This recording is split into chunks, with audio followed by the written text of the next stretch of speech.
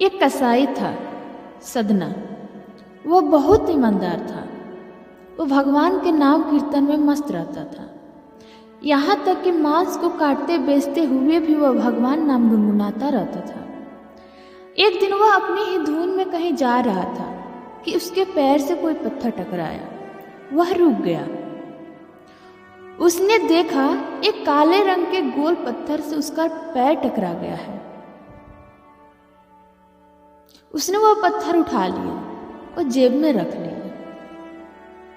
यह सोचकर कि यह मांस तोलने के काम आएगा। वापस आकर उसने वह पत्थर मांस के वजन को तोलने के काम में लगाया। कुछ ही दिनों में उसने समझ लिया कि यह पत्थर कोई साधारण नहीं है। जितना वजन उसको तोलना होता है, पत्थर उतने वजन का ही हो जाता है। धीरे धीरे यह बात फैलने लगी कि सदना कसाई के पास वजन करने वाला पत्थर है। वह जितना चाहता है पत्थर उतना ही तोल देता है। किसी को 1 किलो मांस देना हो तो तराजू में उस पत्थर को एक तरफ डालने पर दूसरी ओर 1 किलो का मांस ही तोलता है। अगर किसी को 2 किलो चाहिए हो तो वह पत्थर 2 किलो के भार जितना भारी हो जाता।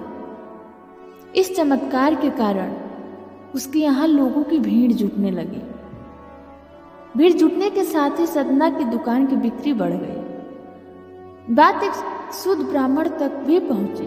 हालांकि वह ऐसे शुद्ध जगह पर नहीं जाना चाहते थे जहाँ मांस कटता हो या वह बिकता हो, किंतु चमत्कारी पत्थर को देखने की उत्सुकता उसे सदना की दुकान तक खींच लाई।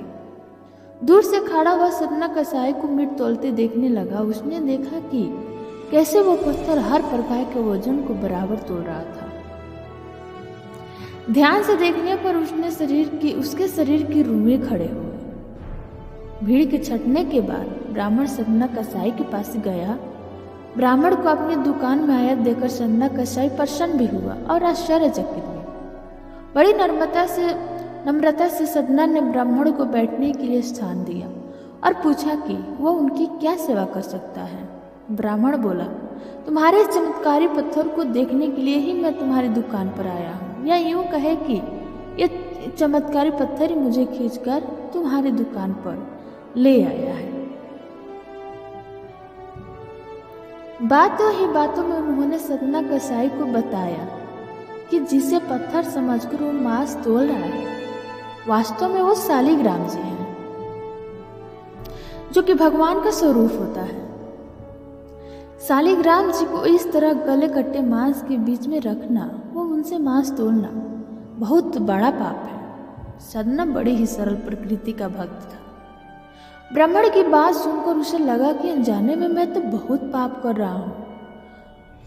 अनुनय विनय करके सदना ने वह शालिग्राम उन ब्राह्मण को दे दिया और कहा कि आप तो ब्राह्मण हैं, अतः आप ही इनकी सेवा परिचर्या करके इन्हें प्रसन्न करें। मेरे योग्य कुछ सेवा हो तो मुझे अवश्य बताएं। ब्राह्मण उस शालिग्राम शिला को बहुत सम्मान से घर ले आए।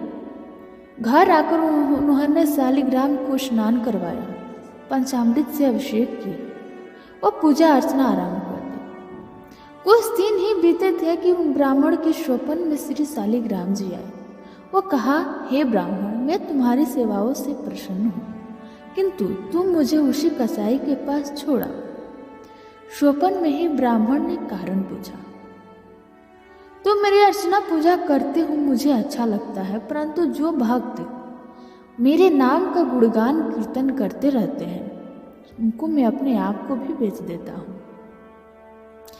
सदना तुम्हारी तरह मेरा अर्चना नहीं करता है, परंतु वह हर समय मेरा नाम गुनगुनाता रहता है, जो कि मुझे अच्छा लगता है, इसलिए मैं तो उसके पास गया था। ब्राह्मण अगले दिन ही सदना कसाई के पास गया। वह उनको प्रणाम करके सारी बात बताई। वह शालिग्राम जी को उन्हें सौंप दिया। ब्राह्मण की बात सुनकर सदना कसाई की आंखों में आंसू आ गए। मन ही मन उन्होंने मांस बेचने खरीदने के कार्य को तिलांजलि देने की सोची और निश्चय किया कि यदि मेरे ठाकुर को कीर्तन पसंद है तो मैं अधिक से अधिक समय नाम कीर्तन ही करूंगा। तो दोस्तों, आपको ये कहानी कैसी लगी कमेंट करके ज़रूर बताएं। अच्छी लगी हो तो शेयर करें, लाइक करें और हमारे चैनल को सब्सक्राइब करें। धन्यवाद।